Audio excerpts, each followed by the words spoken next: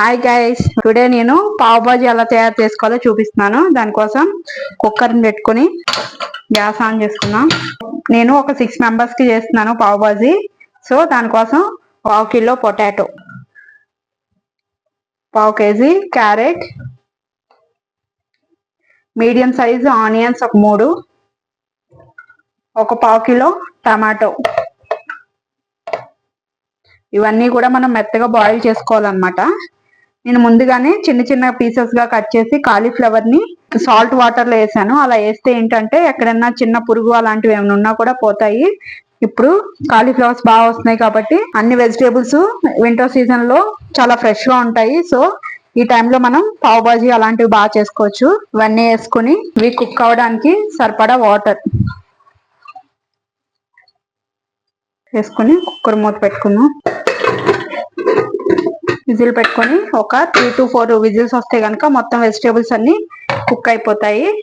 అప్పుడు అన్నిటిని స్మాష్ చేసుకోవాలి. 4 విజిల్స్ వచ్చిన తర్వాత, విజిల్ దిగిపోయిన తర్వాత దీన్ని ఓపెన్ చేస్తున్నాను.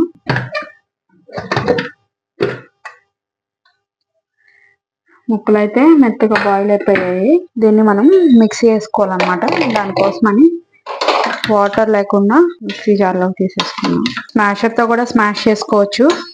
మిక్సీలో వేసుకుంటే ఏంటంటే బాగా పేస్ట్ అయిపోతుంది. సో అందుకోసం అని చెప్పి నేను మిక్సీలో వేస్తున్నాను. దీన్ని చల్లారిన తర్వాత దీన్ని మిక్సీ వేసుకున్నాం. ముక్కలు తీసేసాక వాటర్ ఉన్నాయి కదా, ఈ వాటర్ కూడా పారిపోయొద్దు. వేరే గిన్నెలో తీసుకున్నాం. ఇలా పేస్ట్ అయితే చేసేసుకున్నాను. మళ్ళీ గ్యాస్ వెలిగించుకొని ఆ కుక్కర్ పెట్టుకొని ఇందులో కొంచెం ఆయిల్ పోసుకోవాలి. ఒక 4 to 5 స్పూన్స్ ఆయిల్ పోసుకున్నాను అనమాట. ఆయిల్ వేడెక్కిన తర్వాత కొంచెం ఆవాలు, 1/2 స్పూన్ ఆవాలు వేగినాయి.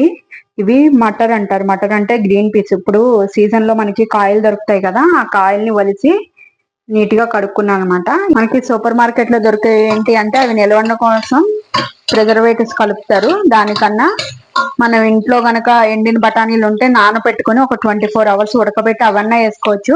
లేదు అంటే గనక కాయలు, నేనైతే ఇయర్లీ వన్స్ వింటర్ సీజన్ లో వస్తాయి కదా, అవి అప్పుడు కొనేసి ఒక 5 to 6 kgs ఒలిసి దాన్ని ఒక జిప్ లాక్ లో వేసి డీప్ ఫ్రిడ్జ్ లో పెడతాను. అది 1 year వరకు స్టోర్ అయితే ఉంటది, పాడవు. అది నిల్వ ఉండడానికి ఎలాంటి ప్రిజర్వేటివ్స్ కానీ ఏమి వేయను. డైరెక్ట్ అలాగే జిప్ లాక్ కవర్స్ లో పెట్టేసి ఉంచుతాను అనమాట. బఠానీ వేగిన తర్వాత ఇందులో ఇందాక మనం తీసుకున్న వాటర్, ఇవి కొంచెం వాటర్ లో బాయిల్ అయితే సరిపోతుంది. ఆల్రెడీ ఇవి బాయిల్ అవుతున్నాయి. ఈ బాయిల్ అయ్యేటప్పుడు మనం పేస్ట్ చేసి పెట్టుకున్నాం కదా వెజిటేబుల్స్ అన్ని కూడా, ఆ పేస్ట్ కూడా ఇందులో యాడ్ చేసేద్దాం.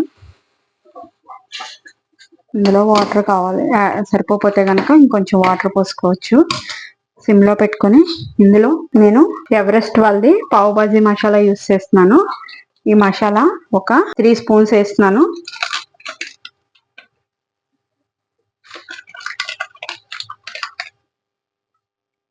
నేనైతే ఎటువంటి ఫుడ్ కలర్స్ అవి యూస్ చేయట్లేదు. బయట మార్కెట్ లో, మన బయట రెస్టారెంట్ లో అక్కడ తినే దగ్గర అయితే వాళ్ళు కంపల్సరీ ఫుడ్ కలర్స్ యూస్ చేస్తారు. అందుకని అవి అలా రెడ్ కలర్ లో ఉంటాయి. ఒక 2 స్పూన్స్ సాల్ట్ వేసి టేస్ట్ చూసుకుని సరిపోతే కొంచెం వేసుకోవచ్చు. వేసుకుని ఉడకబెట్టుకున్నాం కొంతసేపు. ఇది మహారాష్ట్ర స్టైల్. నార్త్ ఇండియన్ లో బాగా తింటారు అనమాట పావ్ బాజీ. అటు నుంచి వచ్చిందే మన సైడ్ కూడా. ఇది ఈవినింగ్ స్నాక్స్ గానీ, నైట్ డిన్నర్ టైమ్ లో గానీ అలా ఎప్పుడైనా చేసుకుని తినొచ్చు. ఏంటి అంటే అన్ని వెజిటేబుల్స్ ఎట్ ఏ టైం వెళ్ళి తినేస్తాము. సో హెల్త్ కి కూడా చాలా మంచిది. ఇది కుక్ అవుతా ఉంటది. స్లో ఫ్లేమ్ లో పెట్టాను అనమాట. ఈ కుక్ అయ్యే లోపల మనము ఇంకో దాని మీద పానం పెట్టుకుని పావులు కూడా కాల్చుకుందాము. దానికోసం నేను తవ్వ పెట్టాను. ఆ తవ్వ హీట్ అయ్యే లోపల మనం పావులను కట్ చేసుకుందాం. మనకి పావ్ బాజీకి పావులు వేరుగా ఉంటాయి. మనకి డిమార్ట్ లో అక్కడ దొరుకుతాయి అనమాట. మామూలుగా మనం బయట దొరికే బన్నులు దీంట్లో వేసుకోకూడదు. పావ్ బాజీ బన్స్ వేరే ఉంటాయి అనమాట. ఈ విధంగా ఉంటాయి. ఇవి ఇలా సెంటర్ కి కట్ చేసుకోవాలి. మొత్తం కట్ చేసుకోకూడదు. ఎడ్జ్ లో కొంచెం ఉంచుకుని ఈ విధంగా మొత్తం పావులన్నీ కట్ చేసుకోవాలి. ఈ విధంగా కట్ చేసుకుని పెట్టుకున్నాం. తవ్వ వేడెక్కిపోయింది. వేడెక్కిపోయిన తర్వాత ఇంట్లో తయారు చేసుకున్న వెనపూస యూస్ చేస్తున్నాను నేను. బటరు వేసి పావును కాల్చుకోవాలి. ఇప్పుడు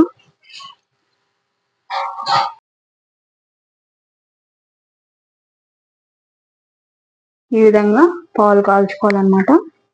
ఒకటి అయిపోయింది, రెండోది కాలుస్తున్నాను. దానికోసం మళ్ళీ చిన్న బటర్ ముక్క వేసుకొని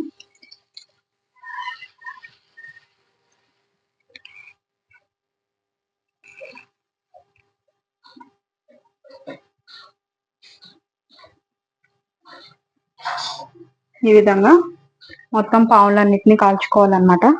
ఒక సైడ్ కర్రీ కూడా అయిపోతుంది. ఉడికేటప్పుడు కొంచెం అందులో కూడా ఒక 2 స్పూన్స్ బటర్ కూడా వేసుకోవాలి. బటర్ వేస్తే టేస్ట్ చాలా బాగుంటది. మంచి సెంట్ వస్తుంది. గుమగుమలాడే పావు బాజీ అయితే రెడీ అయిపోయింది. ఇది మరీ టైట్ అవ్వకూడదు, కొంచెం లిక్విడ్ గా ఉంటేనే మనం పావు అందులో ముంచుకొని తినడానికి బాగుంటాయి అన్నమాట. ఆనియన్స్ తోను లెమన్ తోను దీన్ని సర్వ్ చేయాలి. పావు బాజీ అయితే రెడీ అయిపోయింది. పైనుంచి కొంచెం ఇలా బటర్ వేసుకోవాలి, వేసుకుని తినాలి. మీరు కూడా ఈ డిష్ ని తయారు చేసి టేస్ట్ ఎలా ఉందో నాకు కామెంట్ రూపంలో చెప్పండి. Thank you guys.